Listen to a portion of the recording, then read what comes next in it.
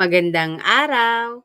Ako po si Teacher Cherry, ang inyong guro sa Edukasyon sa Pagpapakatao Grade 8. Magandang buhay, mabuting tao sa mga mag-aaral na ikawalong baitang. Dahil sa ESP, kayo'y tunay na espesyal. Handa na ba kayong matuto sa araw na ito? Magaling! Dahil ang paksa natin sa araw na ito ay ang pakikipagkapwa-tao. Para sa Week 3, narito ang mga kasanayan at layuning pampagkatuto.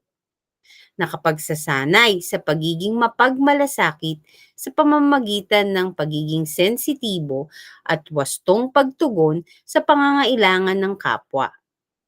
Nailalarawan ang mga paraan ng pakikipagkapwa bilang isang kabataan.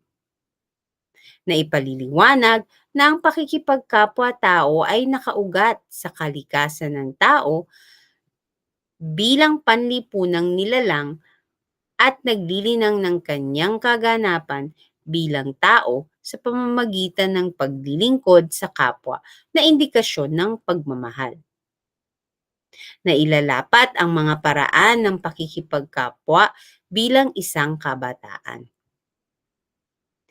Lilinanging pagpapahalaga, values to be developed, mapagmalasakit, compassion.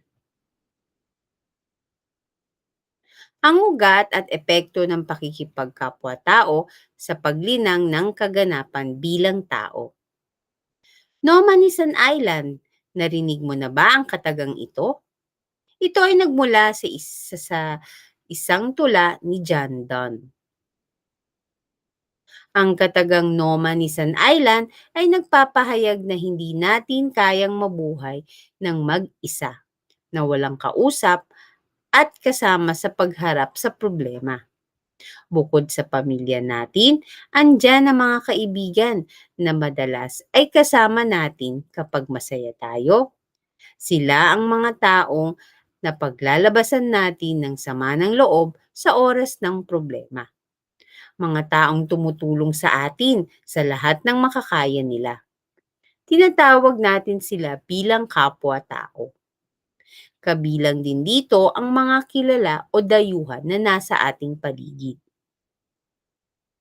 Maging anuman ang kanilang edad, kulay, lahi, pananampalataya o antas sa lipunan, ay nararapat lamang na sila ay kilalanin, mahalin at alagaan bilang kabahagi ng ating lipunan at sambayanan ng Diyos. Bilang kapwa-tao ay dapat mabuhay ng may pagkumbaba, pagbibigay at pagkikinig sa kanila. Sa bawat kilos at salita, dapat na ipakita natin ang respeto at pagmamalasakit. Ito ay ang pag-aalala o pagtatanggol sa kapwa, lalo sa panahon ng kalungkutan, kagipitan at kahirapan. Ang pakikipagkapwa-tao ay naglalayong bumuo ng harmonya at magpakita ng pagkakaisa sa ating lipunan. Ito ay isang mahalagang konsepto sa kulturang Pilipino, kung saan masasalamin ang pagbibigay halaga, pag-aalaga at pagrespeto sa ibang tao. Ang pamilya ay isang ugat ng pakikipagkapwa-tao. Kaya masasabi natin ang pakikisama sa kapwa ay nagsisimula sa araw ng ating kapanganakan. Ang pamilya ang pinagmumulan ng mga ugali at mga paniniwalang humuhubog sa pagkamamamayan at pakikipagkapwa-tao. Ang mabuting pagsasamahan sa pamilya ay nagbubunga ng positibo at kapaki-pakinabang na ugali sa mga miyembro nito, katulad ng paggalang, pakikisama at pag-unawa. Ang mga mahalagang ito ay nakatutulong upang makabuo ng isang masaya at matagumpay na pakikipagkapwa. Minsan na tayong binigyan ng kautusan ng Diyos na mahalin natin ang ating kapwa, katulad ng pagmamahal sa ating sarili. Sa pamamagitan ng pagtupad nito, makakamit ng tao ang kanyang kaganapan.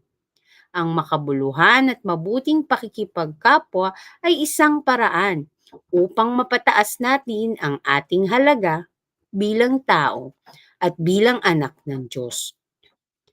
Kung patuloy nating maisa sa buhay ang mabuting pakikipagkapwa-tao, mararanasan natin ang maraming benepisyo para sa ating sarili at sa lipunan.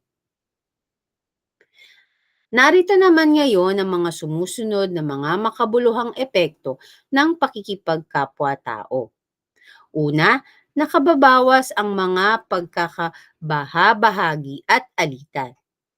Ikalawa, nakapagpapalakas ng ating mga relasyon at nagbibigay ng kasiyahan at kaligayahan.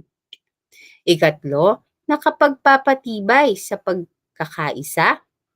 Ikaapat, nakapagtataguyod ng positibong pagbabago sa ating lipunan.